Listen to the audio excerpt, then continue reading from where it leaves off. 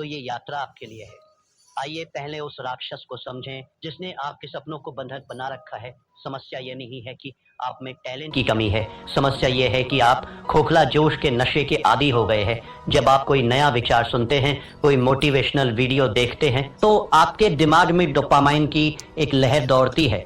आपको लगता है कि आप रातों रात दुनिया बदल देंगे, लेकिन तीसरे दिन जब वह नशा उतरता है, जब शरीर में दर्द होता है, जब दिमाग बहाने ढूंढता है, तब सामने आता है वह लंबा, नीरस और धुंधला रास्ता। 97% लोग यही दम तोड़ देते हैं। वे जोश को अनुशासन समझने की गलती कर बैठते हैं। मैंने अपनी बरसों की रिसर्च के बाद यह पाया था कि इंसान का सबसे बड़ा दुश्मन कोई और नहीं, उसका अपना अस्थिर मन है। एक छात्र की मिसाल लीजिए। वह परीक्षा से 2 महीने पहले एक भव्य टाइम टेबल बनाता है। 2 दिन वह 10-10 घंटे पढ़ता है। तीसरे दिन उसे लगता है कि उसने बहुत कुछ कर लिया है। चौथे दिन एक छोटा सा भटकाव आता है और 5वें दिन वह वापस उसी भीड़ का हिस्सा बन जाता है जहां केवल औसत दर्जे की जिंदगी है। यह निरंतरता की कमी सिर्फ एक बुरी आदत नहीं है, यह आपकी आत्मा का धीरे धीरे होने वाला कत्ल है। हर बार जब आप खुद से किया हुआ वादा तोड़ते हैं, आप अपने आत्मविश्वास की एक ईंट गिरा देते हैं। एक समय ऐसा आता है जब आप खुद पर विश्वास करना ही बंद कर देते हैं। अब जरा अपनी नजर घुमाइए और उन 3% लोगों को देखिए। क्या वे हमसे अलग मिट्टी के बने हैं? क्या एलन मस्क या बिल गेट्स के पास 24 घंटे से ज्यादा का समय है? बिल्कुल नहीं। उनके पास बस एक चीज है, बोरियत को गले लगाने की ताकत। सफल लोग वह काम करने की अद्भुत क्षमता रखते हैं जो बाकी दुनिया को बोरिंग लगता है।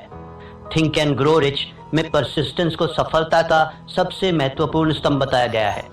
हिल कहते थे कि इच्छा वह बीज है, लेकिन परसिस्टेंस वो पानी है जिसके बिना वह बीज कभी विशाल वृक्ष नहीं बन सकता। ये 3% लोग जानते हैं कि प्रेरणा एक धोखा है। वे प्रेरणा का इंतजार नहीं करते, वे अपनी प्रणाली सिस्टम पर भरोसा करते हैं। जब उनका मन कहता है कि आज रहने देते हैं, तो उनकी अंतरात्मा गरज कर जवाब देती है, यही तो वो क्षण है जहां मैं भीड़ को पीछे छोड़ूंगा। नेपोलियन हिल ने हमें जो विरासत दी है, उसे मैंने 7 महासूत्रों में संकलित किया है। इन्हें ध्यान से सुनिए, क्योंकि ये आपके जीवन के मंदिर की नींव बनेंगे। पहला सूत्र, निश्चित मुख्य उद्देश्य। आपके भटकने का सबसे बड़ा कारण यह है कि आपको पता ही नहीं कि आपकी मंजिल कहाँ है। मुझे अमीर बनना है, ये कोई लक्ष्य नहीं है, ये खोखली इच्छा है। मुझे अगले 12 महीनों में अपने व्यवसाय से 10 लाख रुपए कमाने हैं। यह एक निश्चित उद्देश्य है। जब तक आपका लक्ष्य स्पष्ट नहीं होगा, आपकी ऊर्जा बिखरी रहेगी। अपनी डायरी उठाइए और अभी लिखिए आप वास्तव में क्या चाहते हैं। दूसरा सूत्र, सुव्यवस्थित योजना। सिर्फ ख्याली पुलाव पकाने से महल नहीं बनते। आपको उन पत्थरों को उठाने का एक सटीक नक्शा चाहिए। अपने बड़े लक्ष्य को इतने छोटे छोटे टुकड़ों में बांट दीजिए कि उसे पूरा ना करना असंभव हो जाए। अगर आपको एक लेखक बनना है तो पूरी किताब के बारे में मत सोचिए, सिर्फ रोज के 200 शब्द लिखने का लक्ष्य रखिए। तीसरा सूत्र, परसिस्टेंस। दृढ़ता चरित्र का वह हिस्सा है जैसे लोहे के लिए कार्बन। इसके बिना आप एक कमजोर धातु की तरह हैं जो दबाव पड़ते ही टूट जाएगी। जब असफलता आपके दरवाजे पर दस्तक दे तो उसे हार मत समझिए, उसे एक कठिन गुरु मानिए जो आपको अगले स्तर के लिए तैयार कर रहा है। चौथा सूत्र, the mastermind group. Napoleon Hill का मानना था कि जब 2 या 2 से अधिक दिमाग एक साझा उद्देश्य के लिए मिलते हैं तो एक तीसरी अदृश्य शक्ति जन्म लेती है। अकेले चलना महानता की निशानी नहीं है। ऐसे लोगों के साथ जुड़िए जो आपसे बेहतर हों, जो आपको ऊपर खींच सके। 5वां सूत्र, सबकॉन्शियस माइंड की शक्ति। आपका दिमाग एक उपजाऊ जमीन की तरह है। यदि आप इसमें सफलता और निरंतरता के बीज नहीं बोएंगे तो जंगली घास अपने आप उगाएगी। रोज सोने से पहले अपने लक्ष्य को दोहराइए, उसे महसूस कीजिए जैसे वह सच हो चुका हो। 6वां सूत्र, क्विक डिसीजन मेकिंग। सफल लोग निर्णय जल्दी लेते हैं और उन्हें बदलते बहुत धीरे हैं, जबकि असफल लोग निर्णय लेने में हफ्तों लगा देते हैं और उन्हें बदलने में चंद सेकंड। टाल मटोल आपके समय का चोर है, इसे अभी मार दीजिए। 7वां सूत्र, एक्शन ओवर थिंकिंग।